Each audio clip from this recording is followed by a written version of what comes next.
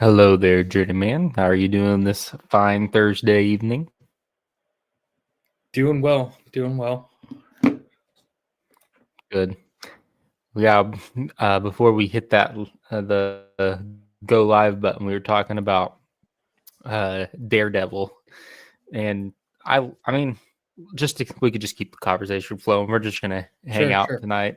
We'll get into the Mandalorian and Grogu stuff because the Mandalorian and Grogu movie did get some relatively big updates.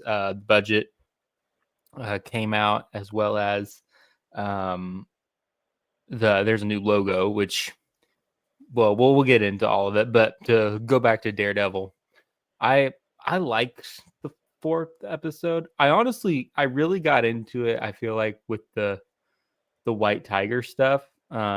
hmm Like I thought that second and third episode probably were the strongest. Um, and then the fourth one, I was just kind of like, eh. I'm gonna have to go back and I don't know if we want to do spoilers, but that scene that you and I were just talking about that, everybody's probably talking about. So who cares, I guess, if we spoil it. But I'm gonna have to go back and watch like the dialogue and stuff just to like let it digest it all and really let it soak in. I think my advice for probably you and anyone else out there that doesn't really understand the other, because we kind of understand Daredevil to a degree just from uh, being in the at least Marvel universe of like Yeah. no Way Home, at least a little bit, not fully, just from that. But I think for you, I'd probably go back and watch. I'm just gonna spoil it. Go back and watch the Punisher TV show, and I think you would understand a lot of his character and like Yeah. really get into why he is the way that he is. Because to be honest with you, he sounds like a psycho, and he kind of is. But at the same time, like he has his reasons for doing those things, Mm-hmm. and once you understand those, what he's talking about hits so much more at the emotional level than Mm-hmm. ever, and you really kind of get at that. And that's what I think you should need to go watch. At least if you don't want to just go watch the whole TV show, but at least go watch like the cool parts. Go just watch the ending episode of season 1 and you kind of understand why I like that show. Yeah. Yeah. No, I'm gonna have to go back in all my free time. I'm Yeah. just Yeah. and go back and watch it. The Punisher, original Daredevil series. But I like the Daredevil show. I think it's definitely one of the better shows. I tell you what, just to go on a tangent, and then we'll get into the Mandalorian Grogu. But I'm on episode 12 of Andor season 1, and I, I know I keep saying this on stream, but I've fallen asleep twice now as I'm trying to watch Andor season 1, the last episode. But tonight's the night. I'm gonna do it. I'm gonna just kick back, relax, and just try to get through it. I've honestly really enjoyed my rewatch of Andor season 1. I'm actually really excited for Andor season 2. Um, you got to go back and just watch it. Like I would say, because like I remember saying this on stream. I watched a lot of those episodes while I was like at work. And so I say watch. I mean, I was busy doing stuff, so I didn't really actually watch it. I was just kind of listening to it. And then I hmm just never had the desire to like sit down and actually watch it. But I tell you what, hmm that Aldani heist, the Aldani heist is really, really good, specifically episodes 5 and 6. Um, and then also uh is it Nardana, Nardina 5, Narkina 5, uh the prison break episode. Those are hmm some fantastic, that's some fantastic, just really, really great episodes. So those are definitely worth going back and watching. I'm excited for season 2. It'll be here before we know it. So Yeah, I need to go back and watch it. I'm It feels like Andor's the band-aid I just need to rip off and be like, get season two's coming up. Need to go back and watch it, kind of get everything digested and yeah. kind of Hmm. actually rewatch it. Yeah. But you mentioned uh, Andor. That's kind of what, going back to Daredevil though, that's kind of what I feel like they're doing with the show. It's like a Daredevil thing, like a slow burn. Mm-hmm. That's kind of what they're doing with Andor. At least from what I remember, it was just such a slow burn to get to the end and like build up kind of where they were. And that's kind of what I feel like Daredevil's doing. But I need to go back and watch it. Like, I know I always complain about Andor, and I think rightfully so for me. Like, I have my issues with it, Mm-hmm. but I think I just need to go back and watch it. I think I Yeah. will really probably enjoy it because it's all there and I can just watch it in a couple nights. But Yep. You really should. You really should go back and watch it. In fact, it'd be fun if you go and watch it and then you can give us your thoughts next week on the stream. So yeah, I'll yeah. try. Yeah. Um cool. Well, it looks like we got Travis in the chat. Good to see you, Travis. Thanks for being here, buddy. He says, I've only seen The Punisher and Iron Fist all the way through, but am aware of Daredevil. Just a theory, but maybe in the new series we find out Frank was snapped for 5 years. Goes on to say, Frank returns to find that people start taking up his mantle in his absence and tarnished it. If you've seen Bored Again, you may see where I'm going with that. And then says, Ryan's turning around. The Aldani heist was fantastic. Yeah, that would be cool. That's one thing that I feel like, and this is just me. I'm not the biggest Marvel fan, so you can tell me, in the chat, and Journeyman can tell me all the reasons why I'm wrong. But I'm having a hard time like connecting this show. I like the show, but I'm having a hard time like seeing it in the Marvel Cinematic Universe, if that makes sense. Like, I felt that way about a couple of shows, but I don't know. I'm just really excited for Doomsday, and just like hopefully all of it kind of like ties the past few years together, and then we can just enjoy the past few years for what it was in terms of Sure. Marvel, and go from there. So I think a big reason for that is just it's a tonal shift that Disney has done now with Marvel. Like, you bring in Deadpool, you bring in Wolverine, kind of going more R-rated with it, right? And then I'm not saying Daredevil is R-rated. I'm just saying then you have another tonal shift of it is a lot darker, a lot like grittier in terms of that. Daredevil's more like jokey, but it's R-rated. Daredevil's more just like colorfully like dark and like gritty, and like the tone undertones are there of it being dark. And so I think you're trying to manage all of the tonal shifts that Disney's trying to do. Plus, like you said, they don't really throw them into the quote unquote MCU. It's like still their own story. And so you're not for sure whether this is in the MCU. And I think that's your problem. yeah. And it's Well, just and then like we get Travis, to the Avengers movie to bring everything together. yeah. And Travis says here, I'm also was not the biggest fan of the Netflix shows. Aside from Punisher, they didn't just grab me. Felt dark for the sake of being dark, to the point where it's exploitation. Not bad, just not for me. And I haven't watched any of the Netflix stuff, so I can't give my take on it, unfortunately. But I definitely want to go back and watch it at some point whenever I'm bored, I guess. So I go through phases where I have Netflix and then Netflix, and I currently watch it if I'm just to Disney. So That's fair. yeah. Okay. Well, and also shout out to Travis. I'm gonna put this banner up. Golly, there we go. The link to the description to our Discord should be in the description. I was having a really great chat with Travis and Andrew, who just so happened to be both of our most recent podcast guests, the only 2 episodes that are out for the Star Wars Democracy podcast. Episode 1 has our very own contributor here to the channel, Travis, and then Andrew with the Skywalker Academy was our most recent guest. Both fantastic episodes. I really enjoyed getting to talk with Andrew about his Chiral series and uploaded to the channel and what he has planned next. So exciting stuff. I'm really excited to get some more guests on. Whatever, leave them in the comments or shoot me a DM or join the Discord and let me know. We would really love to get some more people on and just talk some Star Wars and see what other content creators are doing, or just fans. Doesn't even have to be someone who has a YouTube channel.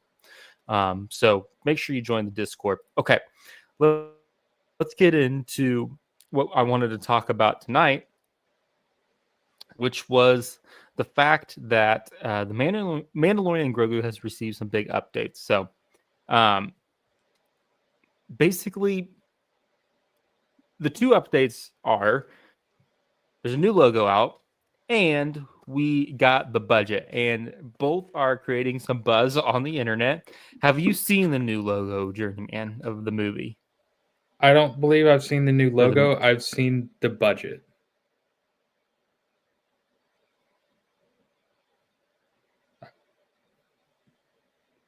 I will look it yeah, up. there's not much there in terms of the new logo. So I think that's okay. I was like, there's not much there in terms of the new budget, or no, sorry, the new logo. The budget has been the same, but the new logo, not much there. And quite frankly, it kind of like when I first saw it, I was like, yeah, and we'll get into the budget here in a little bit, but it's like I'm trying not to hit the panic button, but I'm just trying to really stay excited, because here's kind of where I've been. I'm just giving my full honest opinion. I'm going to try to stay as positive as possible. So everybody keep me in check. But, when the announcement first came out, I liked the idea. Obviously, we haven't had a Star Wars movie since 2019, Rise of Skywalker.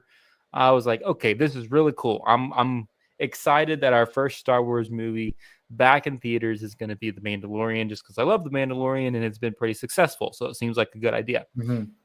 But then they come out and say that the title is going to be The Mandalorian and Grogu. And I'm like, it's very direct to the point. Not my favorite, but I guess I can live with it. And so like right off the bat, I've kind of been like rocky with the show, right? Like I'm not the biggest fan of the title. The footage and stuff, I think it was at D23 last year. And I put all this in a video, so I'll have to go back and rewatch my video to jog my memory. But I believe it was D23 last year. The footage that came out, it sounds like there's some really exciting stuff. And then we got the leaks with like, Imbo and Rada the Hutt and kind of all that stuff. And it's kind of has me once again like, I don't know about this. Trying to stay positive. I am fully hope that that's going to be just kind of like a small portion of the movie, maybe just to get us started, and it's going to lead us into some big things. We'll see. And then the budget, and so the budget, and I'm trying to find. I believe I found the new logo. It looks cool. Looks okay. I mean, it looks pretty much like the other logo, so I don't even know if it's really even considered all that new, but it's supposedly new. 166.4 million is the budget for The Mandalorian and Grogu. At least that's what I'm saying right here. 166.4 million, making it say that again. Where's that compared? Where's it? What do you mean? Where is it compared? Like where is it compared to other Star Wars stuff? Like okay, yeah. So, yeah, okay, I see what you mean. Yeah, that's what I was going to get into, because I looked all this up, and people can fact check me in the chat as well, just to make sure my numbers are in the ballpark of where. But I looked all this up, so it is certainly with $166.4 million budget. Now I don't believe that includes marketing costs just yet, but 166.4 puts it at the cheapest made Disney project on movie under Disney, which is interesting, which is very interesting. I don't know if I like the idea of the first Star Wars movie since 2019. I mean, a really big win with this one. it's the cheapest that has been made under Disney. So to put it in perspective, in terms of theatrical films, this is Mm-hmm. where other projects have been. This is under Okay. Disney. Sure. The Force Awakens, 245 million. Okay. Okay. Rogue One, Mm-hmm. 220 million. Okay. The Last Jedi, 317 million. Gosh. Solo, a Star Wars story, it says anywhere from 275 million to 300 million. Okay. And then The Rise of Skywalker between 275 and 300 million as well. Okay. So, Where's that? Can I ask another question if you have this? What has it been compared to in terms of like the actual Mandalorian show? The Mandalorian show, so it looks like season 1 is 100 million. Okay. Season 2 and season 3 came out over 120 million. So it's above those, but So still quite a bit under The Force Awakens. And so I don't know. I don't know if it's concerning or if they're going to have a huge win with this, because the flip side to this is you make something relatively cheap and it's a huge win at the box office, and now suddenly you're making a ton of money. well, that's where I was going to try and defend Disney here. Is like they talked about budget cuts, remember? So like they were talking about like, hey, and this is all across Disney's stuff, but like, hey, we're going to try and like cut back on some things like budget cuts and all that, right? So you probably have that going on. Plus, I think probably the higher ups at Disney and at Lucasfilm, with Kathy leaving, granted, Kathy's leaving, whatever. I think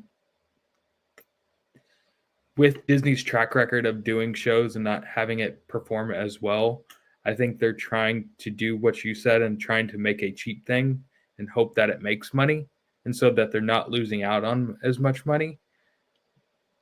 But still, I think my argument is, yet you're giving Andor all this money for Tony to do his thing, and yet this is supposed to be the first big release since Rise of Skywalker as a film, and you're not even giving it uh, the Force Awakens budget, at least.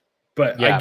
I get that Disney's in two different places there with this IP, but that would be my argument for it. It's like, hey, we're trying to do budget cuts, we're trying to save money, we're trying to make a cheaply made, not cheaply, but just like a cheap enough product to where it is really good and it can make money. Yeah. Well, and But yeah, and Andor had a budget for the 2 seasons combined, $250+ million for the 2 seasons combined, making it about 125 million per season. Skeleton Crew, surprisingly, budget was 136 million, but I see, as Travis pointed out here, it's unrealistic to compare the budgets to even something like The Force Awakens, which is 10 years old. Inflation would drastically increase that budget 10 years later. So, I mean, certainly that is an argument, as like you have to consider inflation and, you know, the costs of this kind of magnitude. And so I think that's why you see something like Skeleton Crew coming out 136 million when the first season of The Mandalorian was over, only 100 million. You would think that probably to adjust for inflation, the first season of The Mandalorian, which was probably 7 years ago at this point, I think. Yeah, probably 7 years ago at this point. Like, you would think that that probably would be closer to maybe something like the Skeleton Crew. well, and But I just think it comes down to IP as well. Where does Disney look at Star Wars and is like, we're at the top of it, we're killing it, we know we're making all this money, and now it's just kind of like, what are we even doing with this IP? Well, And and I started thinking too, because I was like, what goes into the production? And you got to think of like, you know, for example, The Force Awakens, I was looking like just for lead actors alone, Harrison Ford, it looks like reportedly earned between 10 million and 20 million just for The Force Awakens. Well, you don't have a Harrison Ford in The Mandalorian and Grogu. You don't have like these like lead actors in terms of lead actors. Like there's not going to be these big names. So like right there, you probably save yourself quite a bit of like not having these Harrison Ford level actors, coming in. sure.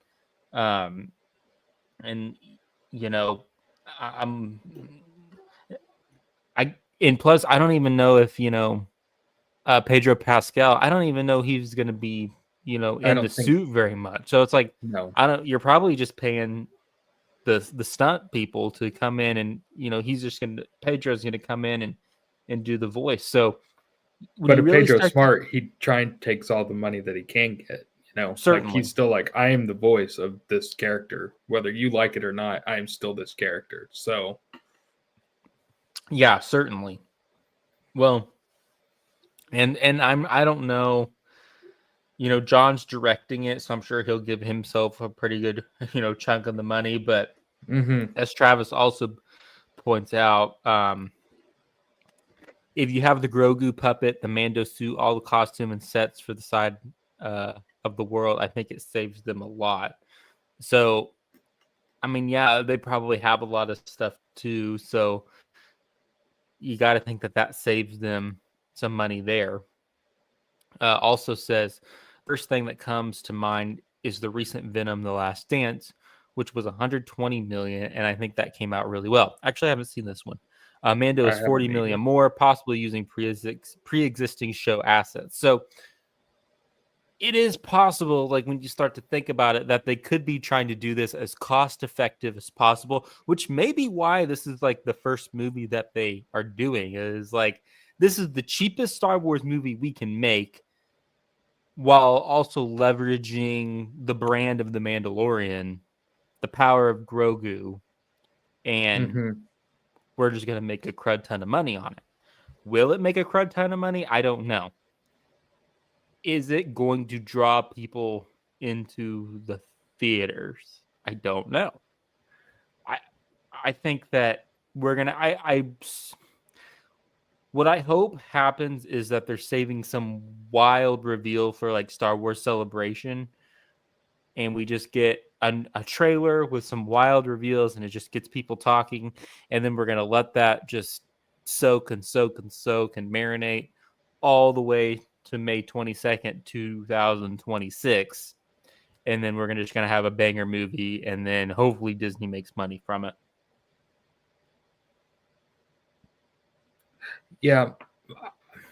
The thought that I was just having is like the sequels weren't great, right? In our opinion. But is it I don't know if it's wrong or right, but I'm just having this thought. It's like, did they not? Once again, I understand that there was basically no plan there, but like, did they not want to try and do a direction of where they thought they might go, of like maybe set up some future Star Wars stuff, like at least tease it with Rey, like bearing the lightsaber and then having a shot of her be like, I need to train or whatever, something of that, like kind of tease something out and get some people excited for it, Yeah. Mm-hmm. Because I feel like after the Skywalker saga, they're like, and I don't like how they marketed this, but it kind of feels that way. It's like, okay, the Skywalker saga is dead. We're not doing that story anymore, hardly. And the Skywalker saga is dead. Basically, no more Star Wars. And I'm like, the way you market that, like, how do you? I don't understand how you recover from that. Like try and make Mm-hmm. new storylines out of that. You're just like, it's over. We're done with it. We're not basically, at least from what I felt like, we're not touching this IP ever again. It's kind of what it felt like. And then you come out with Mando, and then it's like, oh well, maybe we could do this thing and try and keep it going. Like that's sort of how I feel like Star Wars has been running these past few years. Yeah, I mean, I think the end of the saga was just to try to put a cap and like on something and kind of let that stuff like try to go in a different direction and take it in a different direction. And I really Sure. think like honestly, like after 2019, I feel like I don't know. It's hard to know what Disney was thinking behind the scenes, right? I mean, Yeah. the Mandalorian came out before the Rise of Skywalker actually came out in theaters. So from that perspective, it's like you got to think that they probably had a plan before the Rise of Skywalker where they're going to go. I think if I'm just going to go with my gut, and I think like the end of the saga, like end of kind of like putting a cap on it with Episode 9, I think was just a way to like generate hype and anticipation, and whether it worked or not, I don't know, but Right. we'll Like see. I'm not trying to talk bad about Disney for the millionth time. I'm just saying like that's sort of how I feel now. Like Star Wars has been on this downtrend and it's like they can't seem to pick a direction to go and they're just like we're going to do everything in every direction and it's like kind of like Marvel essentially, like I don't know where we're going. Yeah. Well, and as we've said before, I feel like the Disney Plus experiment is kind of dead at this point, with the exception of the animated shows, which they will probably continue to do, and I feel like those kind of tend to do well. I don't know, like off the top of my head, I probably have to Google it, how much money those animated shows actually generate if they're making a profit off of those. Um, but I really don't think that we're gonna get probably very much more live action content on Disney Plus.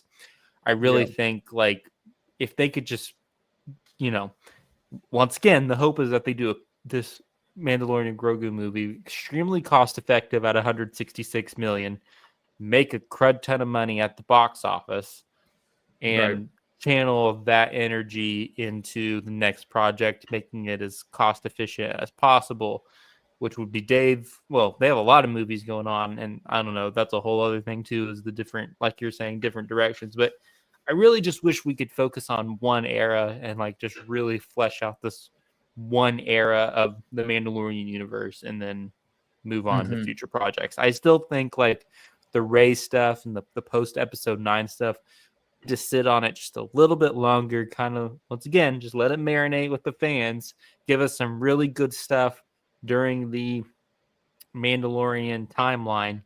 And then once fans are happy with that, then we can go further into the future or even before the High Republic stuff and do it that way. But that's just my opinion.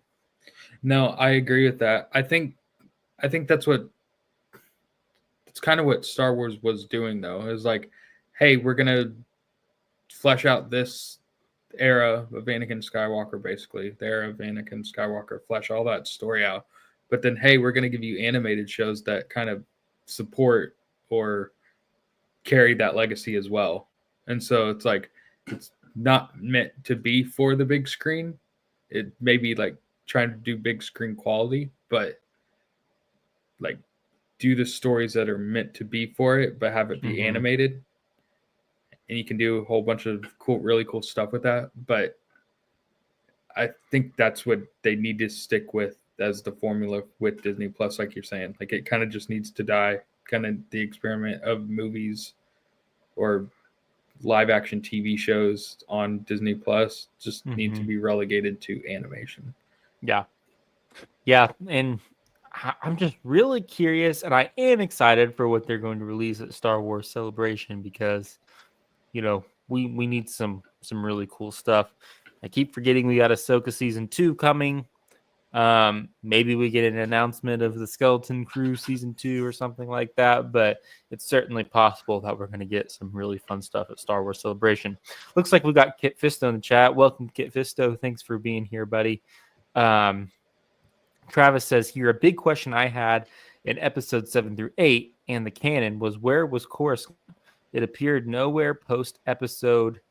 Goodness gracious, post episode 6. Thank you. The leaked 9 script revealing it to be the setting for the finale, which explained it. Yeah. I don't know. And Kit Fisto says, Travis, I wondered that too. I know the center of the New Republic became Hosnian Prime, but I don't know what happened to Coruscant. Yeah, it would be really cool. Like, that would have been a great way for them to tie in the prequels into the sequels, and they just didn't do that. And so it would be really cool to have that explored. Hopefully, maybe in the Mandalorian show, or the Mandalorian and Grogu movie, and then, in future projects as well. Is it anywhere in the books, Travis or Kit? I don't know if Coruscant shows up at all in any of the books during that time. I don't know off the top of my head. I'd have to do some research on that. But yeah, I hope we get to see more of it. Travis says, I would be totally okay with any future TV series being animated. It separates the film and TV medium better. Yeah, I agree. And honestly, like, to be fair, some of the best work that, I think Lucasfilm does for Star Wars is the animated stuff. And so do more animation, less live action, and save the live action stuff for the big screen. Put your budget into the big screen stuff for the live action. I just think you need to put your best foot forward when you do the live action. Like, they talk about movie going as an event. Like, it needs to be an event, I think you really need to hit on the big things. Like, make people want to go to the movies. Have it be an actual event. Like, hey, Star Wars is back. And you can do the Mando and Grogu thing and like have it become a movie, and that's fine. I'm not saying, but I feel like when we're doing that now, I'm not saying it's being diminished. That's kind of what I'm saying. It's like, it just feels like, hey, our TV product's going to the big screen. It's like, I don't know what that says, but it just kind of feels like the word I can choose is cheap. And that's kind of what we've been talking about. It's like, hey, we're just trying to do this for the cheap. Well, it's like, okay. Speaking of cheap, here's something that will really ruffle your feathers. I can't even say it out loud. So, Andor, which is really great. I was literally just talking about it. Andor, for 2 seasons, it comes out at over 250 plus million, which once again puts it about 125 million per season. Kenobi, 90 to approximately 100 million. Doesn't even break 90 million. Or sorry, 100, likely doesn't break 100 million in terms of the production costs. And then you have Ahsoka, which was over 100 million. Skeleton Crew, 136 billion, like I said. Book of Boba Fett, over 100 million. It's like, what were they doing? Like, yeah. Well, and once again, I think to be fair to Andor's point, though, is like Tony Gilroy is doing the, I think, best part of the cinematography of like saying, hey guys, we're actually going to go shoot this basically on locations and in these like places. And like, that does have budgetary cost to it. And that's going to be a lot more costly and everything, which I'm like, great. Can we do that for the rest of the shows? Yeah. Like, if, once again, put your best foot forward, make these, like Kenobi should have been the first one up there, been like, hey, we're basically going to do 300 mil on just budget. And like, let's make this a spectacle and go shoot it and not use the volume. The volume is great for certain things, but doing live action and making it feel real, you can't replicate it. I'm sorry. Yeah. You can try to as much as you can, but going out and being like in the wilderness or anything like that, like there's nothing like being in the real world. Well, and like we've talked about before, I think that they relied on, the name of Kenobi, making it a selling point. And they're like, yeah, it's Kenobi. They won't know. I mean, but it's like there's so much that goes into it with the writing, and then and plus we have COVID, so like there's that yeah, point too. So I'm like, the volume is good for certain things, but yeah, there's just nothing like physical shots, I guess. yeah. I digress.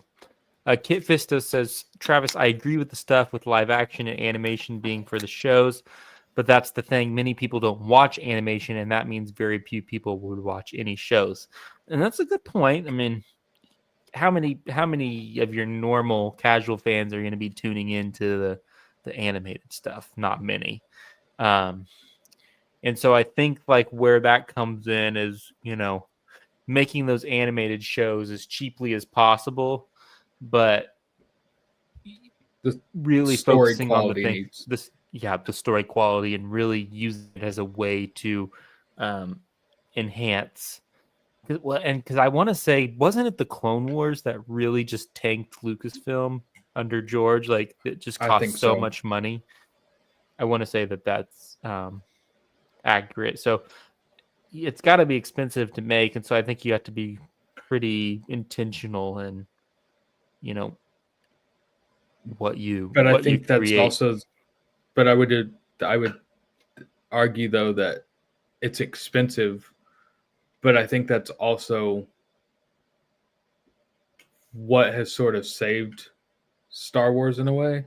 Of like you have of all these great stories, it helps the overall story, but then you get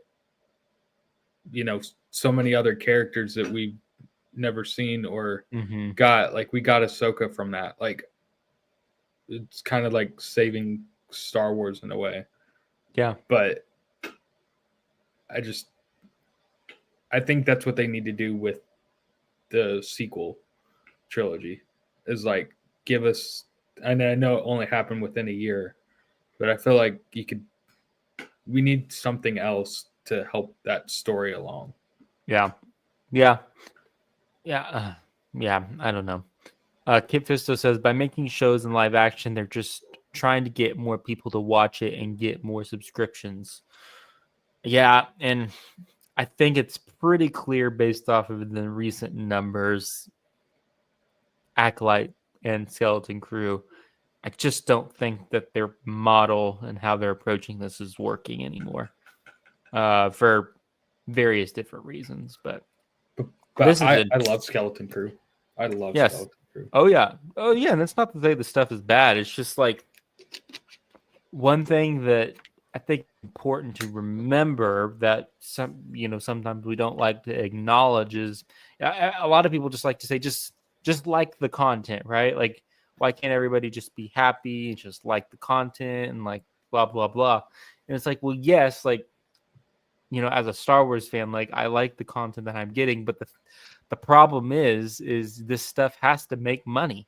If it's not making money, then it's not working. And if it's not working, then we're not going to continue to get stuff. So Mm-hmm. it's like you got to be semi-critical so that they know what to do differently. You know what I mean? Mm-hmm. Yeah. And this is really interesting. So we didn't get to talk about this last week because I was out of town and I was trying to edit the Skywalker Academy podcast. But this is really interesting. I don't even know. We haven't even talked about this, so I'm curious to see if you saw this and what your thoughts are.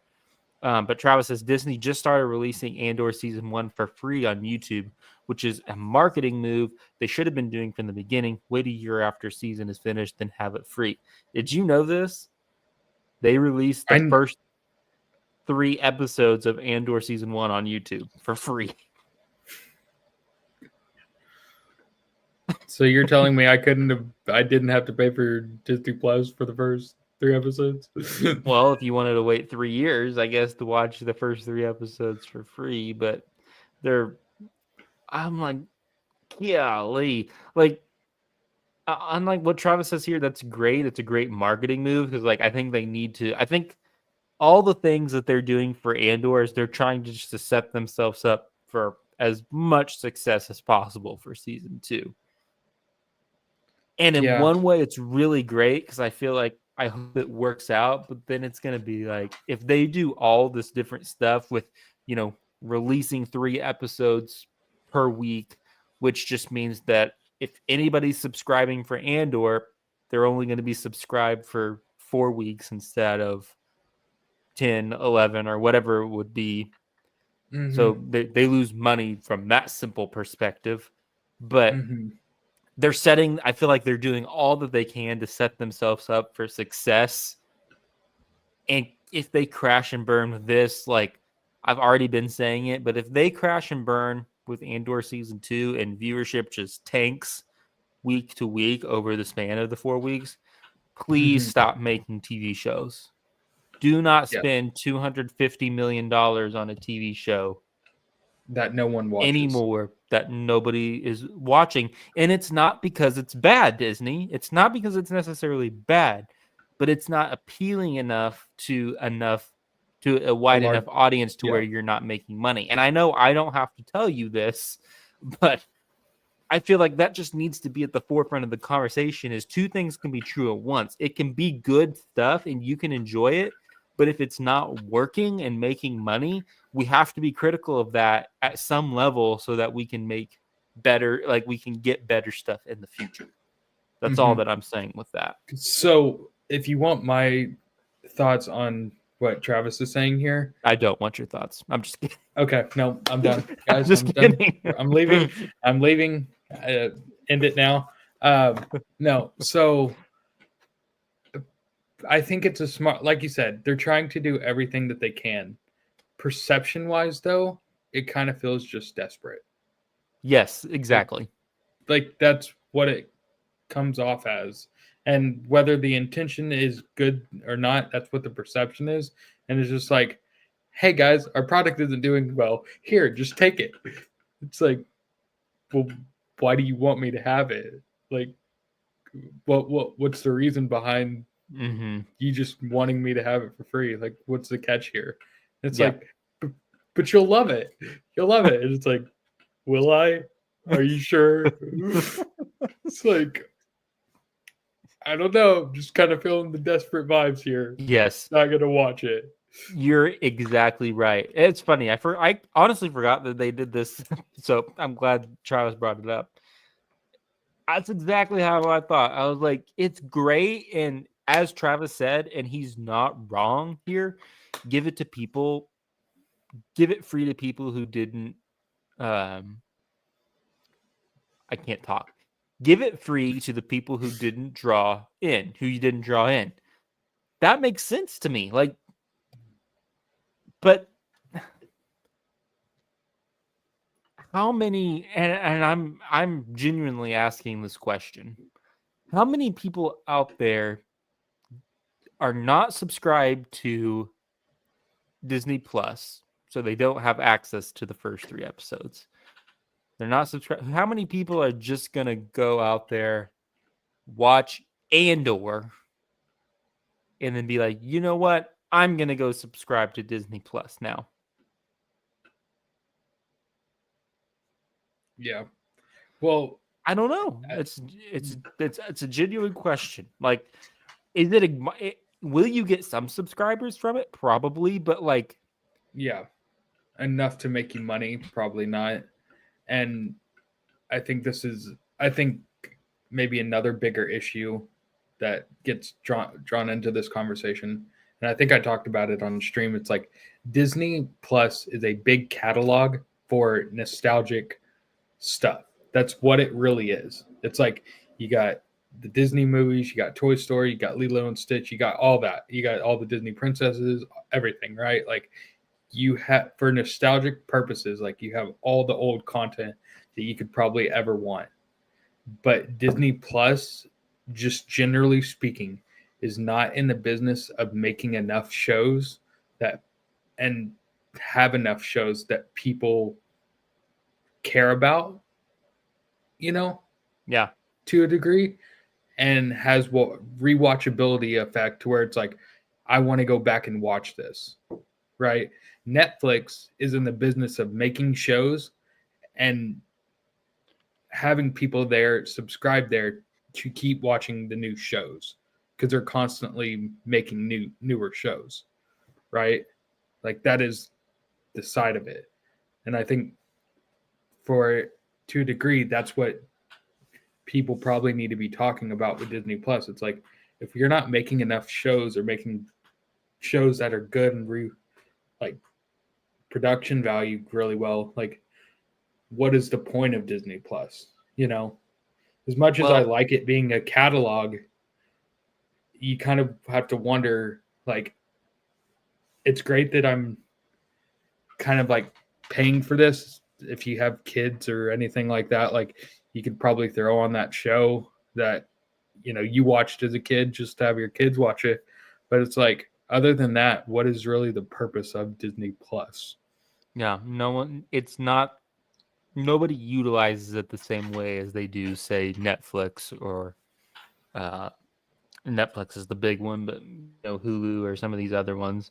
I was going to do a fun little experiment here. So I'm on the Star Wars YouTube channel. The Andor Season 2 trailer that came out 3 weeks ago has garnered 6.7 million views on YouTube on the Star Wars, main YouTube channel. 6.7 million views. Now, I believe that they released the Disney Plus stuff or the Andor stuff on the Disney Plus YouTube channel. So let's see if I can pull up the Disney Plus YouTube channel and see how many views. So remember that number, 6.7 million. Mm-hmm. I'm trying to find Andor full episodes. I'm just curious.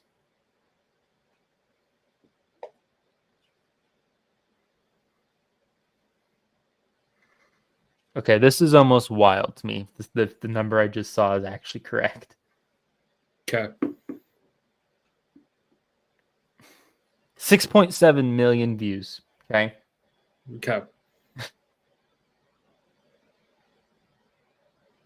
Okay, so Andor Season 1, Episode 1. Mm-hmm. Only 200,000 views. Okay. Released 10 days ago. Andor Season 2, Episode 2, 76,000 views. And then Episode 3, 143,000 views. Like, that's such a significant drop off from Episode 1 to Episode 2, though. Like, yes, the 6.7 million, that's great. That's people can watch a trailer and draw in a lot of people. But that right there, I think that kind of shows, like, what was the first episode again? First episode, 200,000 views. And then it significantly drops off to 70,000? 76,000. Yeah, like... I don't think anybody's watching this. Like... No. And... Yeah, I don't know. I don't know. I think we need to start the hashtag Disney Plus is dead experiment. Like I don't know. That's what I think. I don't think it'll ever go away fully, but I am of the opinion and in the camp of let's stop making Star Wars TV shows unless they're animated for the time being, and let's channel our energy into the big screen. Yes. Travis says the marketing idea I thought of is releasing the first seasons of each show for free, then have that be the deciding factor for people to subscribe and see the rest. Releasing the whole first season is kind of crazy, but I would say maybe like the first episode for free to like hook people in and see if this is something that you want to come back for.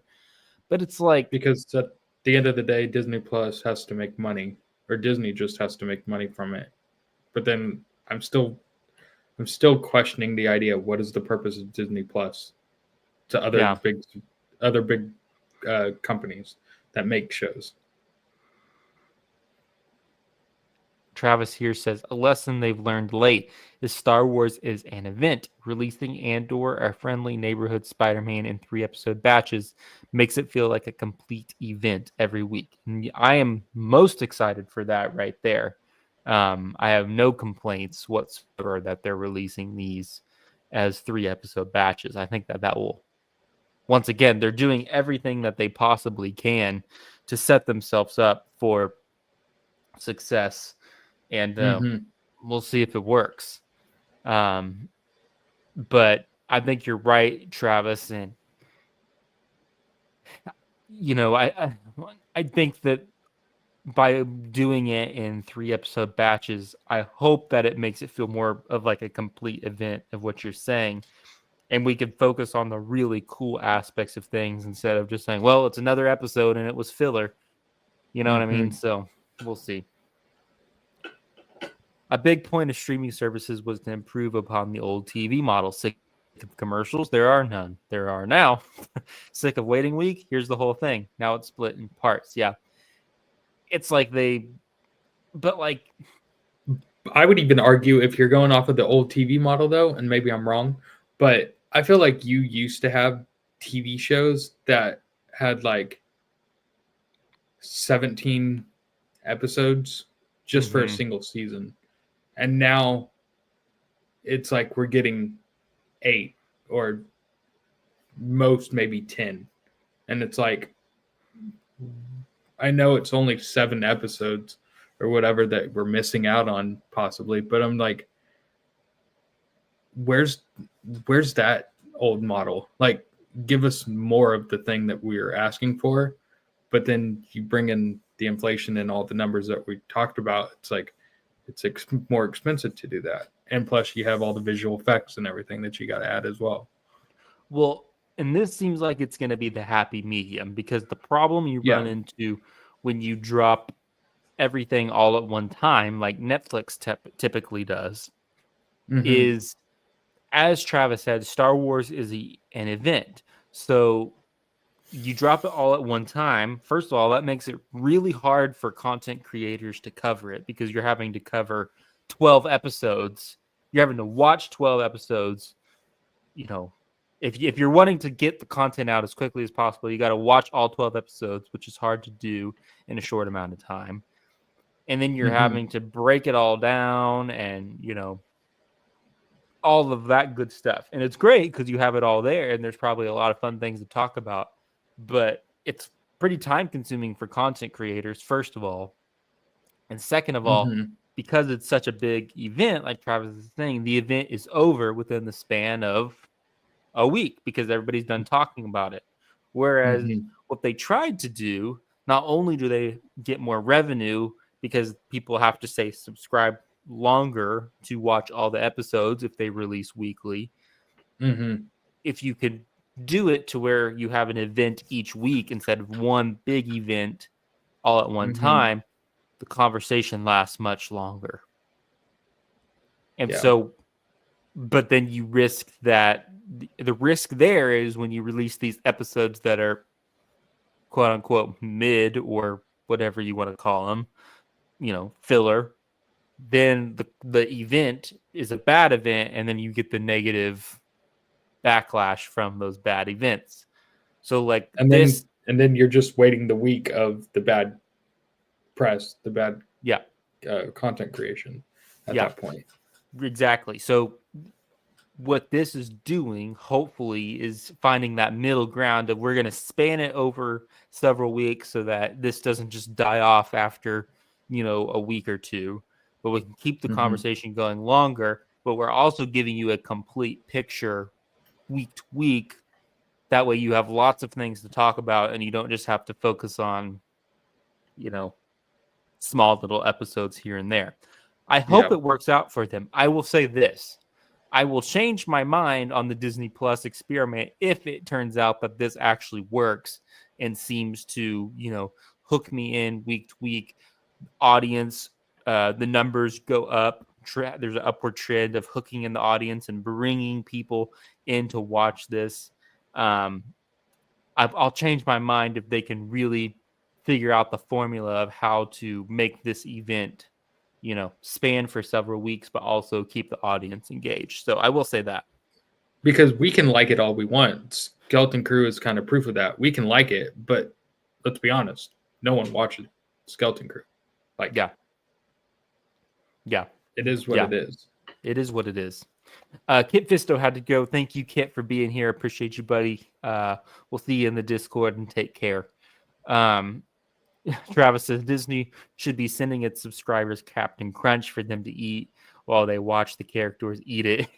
And I hope we get a little bit more action than cereal eating cereal this season. But hey, they got to do whatever they got to do at this point.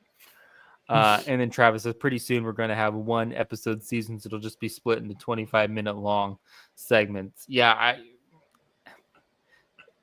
I really hope they've got to figure out the formula, right? Because quite frankly, I think they're trying. I think what we all realize is they're trying to build the magic with Mando and Grogu, but they've also got to realize like that was a one-of-one show that they like a gem that they made like that. They're like, hey, we're gonna put this out and see if people like it, and people absolutely loved it. But I think that's just a one-of-one product that probably can't be replicated again. Yeah. In terms of a Disney Plus show. Yeah. And I don't know what happened. I feel like the brand has received so much negativity. Yeah, that's just turned people off. And so that's what I mean. And I think that is to bring it full circle where I have concern with, even if they're making the budget 166 million and making the movie as cost effective as possible so that they can have a big profit at the end. It's the optics of the headline that says this is the cheapest made Star Wars movie in the Disney era, right? Like that does not sound good on its face, at face value. To Disney's perspective, though, it's like, hey, if you're not going to care about the brand, we don't care about it really either. Like that's kind of what it also says is like they're not going to put something out that we also don't care about anymore. And it's like they're not wrong for that, but it's not our problem that you have made a poorly, like you've run this brand into the ground. Like you could have helped yourself with a lot of things. Once again, I'm not trying to hate on Disney as much, but when they talked about like when fans talk about they ruined Star Wars, they don't acknowledge it. A lot of like fans would just at least like an acknowledgement of, hey, like an actual, and we say like apology videos don't do well and everything. I don't care. Make this apology video and be like, hey, we actually ruined it. Like we are actually sorry about it. Because I think I'm not saying a lot of fans would come back, but I feel like they ruined their brand being like, yeah, we know what we're doing. We know how we're doing this and all this. And it's like every fan is like, no, you don't. You have no idea what you're doing. And they still won't acknowledge it to this day. And it's like, just acknowledge it and we can have an understanding of where this brand is, where it's going or trying to go. Like, it goes into an ownership thing of like owning what has happened because the numbers don't necessarily lie. And I think that, with any data set, you can make the data say whatever you want it to say. So you could come up with a million reasons or excuses on why the numbers and the data is the way that it is and spin it in a way that's favorable. But then again, at the end of the day, the numbers are not going in the right direction, it would seem. So like there's only one direction that companies care about, and that's money. And I don't feel like they're making money off of the brand of Star Wars. But they're not making money off the brand of Marvel, I would say right now either, No, so they're not making money, period. Like, they got to change the company. And that's what it's like, once again, bringing in the Kathleen Kennedy conversation. It's like, is it really Kathleen Kennedy or is it Disney as an entire, like, brand, you know? I would say that it could be both, but it's like, Both. you know, you gotta But I feel like the only thing holding them up right now is sports stuff, like ESPN Plus, all that. Like I feel like that's making them money. Everything else is kind of not making them money. well, so I know they just released the Snow White movie, and I don't think it's doing very well. Is that today or tomorrow? I thought that was tomorrow. I don't know. I've just seen that it's not making as much money as they would like it. It may have been released outside the United States already. Well, I heard with that, like they knew they were going to lose money after, all the controversy and everything. Like it was estimated that they were going to lose like 100 million something, upwards of $100 million on that show or on that movie. I don't know. All I know is they got to right the ship, and it's not just. I think that's my point. Is it's not just Star Wars, so they're gonna have to figure out a way to right the ship. And to be clear, I know I was a little bit so on the budget, but I think it's optically, I don't think it's great to say that we're making the cheapest made Star Wars film, the first one since 2019. Like face value, that's not good. But when you dig into the numbers, it's the smart thing to do. It's gonna be okay, and I hope it worked. Like you said, I think it could be the smart thing to do and make them a lot of money, because if they could turn this around at the end and say, yeah, it was cheap, but it was, it was a pretty darn good movie that people liked, and it made us a lot of money, then all of a sudden it's all worth it. So yeah, I don't know, we'll see. We have Star Wars Order apparently doing some algebra too.